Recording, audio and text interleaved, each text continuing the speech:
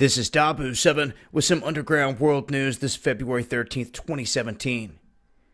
We have reports here that Putin and Trump will meet at the G20 summit in July. They're saying there's no deal yet on an earlier meeting, but they're stating that they will meet at the G20 in July. And they go into detail here at this link a little bit about what they're going to be talking about there, but the main point here is that these two are going to be meeting face-to-face. It'll be interesting to see how this whole thing pans out and where it goes from there, especially with all the tension between Russia, NATO, the West, everything that's been building up there on Russia's doorstep, U.S. troops marching within 40 miles of the Russian border, and all the drills that's been going down in Russia. I mean, we just witnessed Germany taking all of these U.S. military helicopters off their shipment, so to speak, and they have them stationed. Apaches, Chinooks, everything. And they're going from Germany, like a distribution point, out to these other places like Latvia, Poland, Lithuania, right on the border of Russia. Now we have a developing story here in regards to a strange odor moving across Houston, Texas. If anyone out there has any information pertaining to that, let me know. Dabu7yahoo.com. Not sure exactly what it's from, but a lot of people reporting that they are smelling it and wondering, what is it? We also have breaking reports that Jerry Sandusky's son, Jeffrey Sandusky, is being charged on 14 different counts of child sex abuse. As you can see here, this is his mugshot, and one can only wonder how much damage this man's father did to him as he was a child, because Jerry Sandusky, the former Penn State coach or assistant coach, basically was busted in this ring of a pedophile ring, pretty much, that they were abusing young boys and telling them to keep their mouths shut. And now all this is starting to come to light. Now this individual, he's been busted as well, and who knows who else they'll catch from here, because it seems they're all running in these rings. It seems once they take one down, they either start talking or they go through their computers and everything else and they find out that there's others. And these individuals need to be brought to justice.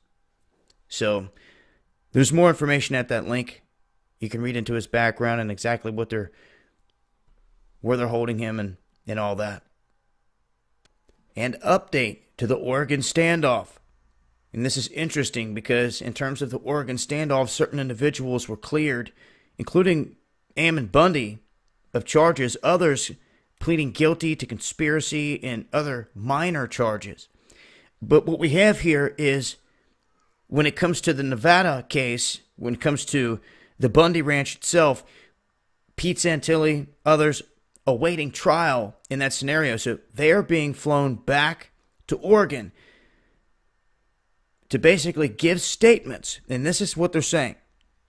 They're saying that defense lawyers for the 4 Oregon standoff defendants set for trial this week want Pete Santilli, who awaits prosecution in Nevada, to be flown to Oregon to testify on their behalf and to impeach another co-defendant, Blaine Cooper, who is now expected to be a government witness. And apparently the prosecution is trying to use him. So they're trying to use Blaine Cooper, and they're trying to cross these guys up, and somewhere along the lines, well, they're obviously trying to use them against one another. Their actions while they were up there, statements that were made, and they're even going as far as to reference Facebook communications between Blaine and Pete. And let's remember that Blaine was posing to be former military and all this other stuff, along with a lot of other ones that were up there, and they checked out to not be what they were saying they were, and it was a charade. Well, that's some updated information there. It'll be interesting to see how that whole situation pans out in court. I'll keep you guys posted if I hear anything else in relation to that. Now, in terms of another big issue here, the pipeline. We have a U.S. judge declining to grant tribes a request to halt the construction of this Dakota Access Pipeline. As I've stated before, you can expect things to heat up around the pipelines if they're going to try to continue all the construction, there's going to be heavy security, but it looks like these individuals are not backing down. They said they were going to go through the court system first. If that did not work, they would go to other measures. So I've talked about this in great detail in other videos, but in this instance, the U.S. judge has declined to stop this or try to halt this in any way. So I feel as things warm up there, you're going to see them try to finish this pipeline quickly, very quick. So it could really pop off out of nowhere, and it's all kind of pending on when they start to get equipment up there and they start to make moves. And if the individuals up here launch a counter against them to try to stop them, if we see a protest or something along the lines of people trying to chain themselves to equipment or anything like that, it could happen literally overnight as soon as they catch wind that they're bringing in equipment. So we'll have to keep an eye on that situation as well. Now, shout out to Judy Brandt on Twitter. Her husband took this image that shows the helicopters down there by Oroville Dam stationed, ready to pick up all these bags of rocks that they spent all night and all morning filling up in hopes that they could plug any holes or help the situation at Oroville Dam. It is the U.S.'s tallest dam. And what's very interesting about this is this. First off, let me say this. Certain networks out there, all kinds, that will do anything, absolutely anything out here with shock titles to get the attention of people. The title over here on this is drone footage, insane drone footage. Well, it checks out that this is actually what they're saying from an aircraft, an airplane, an aircraft. So you can see helicopters flying below, and I was wondering, how did anyone get a drone up in the air when there's helicopters flying around and this is an emergency? They don't allow it when the helicopters are in the air. So helicopter flying right underneath of it, it was posted on a channel, a YouTube channel that is connected to what looks to be the police office or something up there. What I found very weird is this. I've been emailed information in regards to pockets of individuals that were said to have been seen down here, and the specific connection to Russians and Russian individuals, military, paramilitary, equipment, things of that nature being spotted in different places. What's interesting is at this link, and I see a lot of stories every day. I see different comment sections of YouTube videos every day. But this one particular video that shows that footage is full of Russian comments. And I had individuals even dropping comments that had said Russia did it. And, where's the proof? Obviously. But as I go looking further, I find a stream today that stole Eric's stream from yesterday. Eric had a big stream going with the coverage last night at Oroville Dam, and then he ended up catching a copyright on one of his streams from Hearst Entertainment, the same Hearst that hit me for copyright on the clip I put out of a UFO that was caught on their news station. They didn't like that very much, and I fought that forever. But that's who went after him. They hawk all kinds of people. But what we have here is another channel out of nowhere that took this footage, Eric's footage, off of his stream. You can hear him and B talking in it. And they've been replaying it with like 30 to 50,000 people watching it live all day.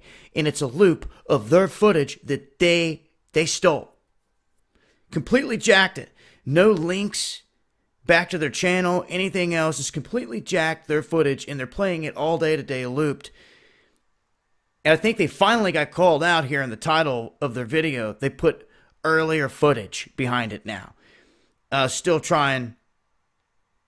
Still looping their footage to tens of thousands of people. And what I noticed that jumped out at me was the chat was full of Russian. And I'm like, of all stories why does this have so much Russian attention? And I'm seeing it with my own eyes in different places, all connected to this. Unlike any other story that I've ever seen, to be honest with you. Ever. This much Russian chatter on all these different platforms. I'm serious.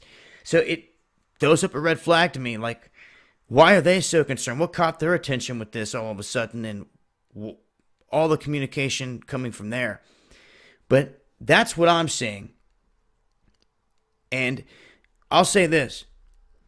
You know, we've talked about all the crazy stuff before, the signs and the warnings. We've talked about a potential major dam going down. And we've always looked at some of the other ones across the country as being potential targets. This one kind of off radar the whole time, not in anyone's minds, but really it's the tallest in all the United States and a prime target because they like to start to erode where the concrete butts up to the wall and the spillway. And as far as this hole kind of showed up massive right out the gate. The first images showed a pretty big hole. And to me, if they're out there inspecting this, daily, hourly, while this is flowing, I don't see how that thing ever got so big to begin with without them shutting this down. And then they continued to just keep on pouring it till it just blew this whole thing out. That's why you've got water just coming all the way down through here, waterfalls all over the place. The emergency spillway off to the left, but water cascading all down from the brim when it was overflowing, when it hit its max point. Now they have it at 2 feet below that top-off point where it started to flow over. They expect here in the next day or two dry conditions, and hopefully they can release enough to prepare for the next round of rain that they're expecting sometime Thursday into Friday. Around 200,000 people here have been evacuated, taken to shelters and all this other stuff. So this is a big deal. This is a serious situation, and this water affects so many people downstream. I mean, they're also saying if this thing was to give at any point and the main wall burst, this could send, and this came from the official's mouth, a 30-foot wall of water right down toward Oroville. You talk about devastating and flooding a lot of areas out, and then continuing on down, taking the lowest line path that it can find, heading downhill till it levels out. I mean, it can cause a lot of problems. But this water's going to continue to flow at this point. We'll continue to monitor the situation. Anything changes, I'll keep you guys posted. I'll leave links in the description box. And I'm going to say this. If anyone out there on the West Coast has any footage that they want to share, let me know. Nodapl7yahoo.com. If there's anyone that's taking the time and making the trip to get up here and get the footage and you want to share it and get it out there, I'll give you the props due, and I'll do my part to spread it and get it out there so people can see what's really going on. We can't obviously show all the good footage we want, like the chopper footage and other mainstream footage, because they can burn you like they just did Eric, and there's nothing you can do about it. That's why we got to rely on folks on the ground out there, especially on the West Coast. We need a good set of eyes and ears. Anyone's out there that hears me, let me know. Dabu7yahoo.com. I'll be looking for you. Hope to hear from you guys. And for those affected by this, stay safe. Well, like I said, I'll keep you guys posted if anything changes, any major events. And until next time, it's been Dabu7 with some Underground World News. It's February 13th, 2017. Peace.